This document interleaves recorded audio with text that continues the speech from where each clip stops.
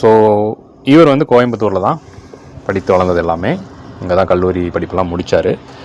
So அதுக்கப்புறம் 1982 வருடம் பார்த்திங்கன்னா 7வது மனிதன் அப்படிங்கிற திரைப்படம் மூலமாக ஒரு நடிகராக அறிமுகமாகிறாரு.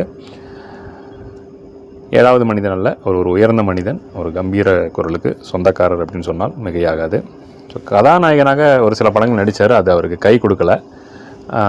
அதே மாதிரி எதிர்நாயகனாக நடித்தப்போ அவருக்கு நிறைய பேரை கவர்ந்தது, நிறைய பேரால் பேசப்பட்ட ஒரு நடிகர். ஒரு வித்தியாசமாக இருக்குது அவர் நடிப்பு அப்படின்னு சொல்லிட்டு நிறைய இயக்குநர்களாலேயும் தமிழ் திரை நட்சத்திரங்களாலேயும் மக்களாலேயும் போற்றப்பட்ட ஒருவர் தான் நடிகர் ரகுவரன் அவர்கள்.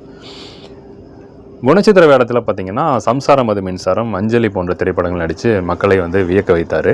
ஸோ அதில் குறிப்பாக வந்து சம்சாரம் அது மின்சாரம் படத்தில் அவருடைய நடிப்பு, பல பேர் அந்த படத்தில் நல்லா நடிச்சிருப்பாங்க, இருந்தாலும் விசு அவர்களுடைய நடிப்பும் ரகுவரனுடைய நடிப்பும் அந்த படத்தை வேறு எங்கேயோ கொண்டு போயிருக்கும். அந்தளவுக்கு வந்து 2 பேருடைய பர்ஃபார்மன்ஸு அல்டிமேட்டாக அமைஞ்சிருக்கும். அதில் வரக்கூடிய வசனங்களாகட்டும், அந்த பர்ஃபார்மன்ஸ் வந்து ஈடு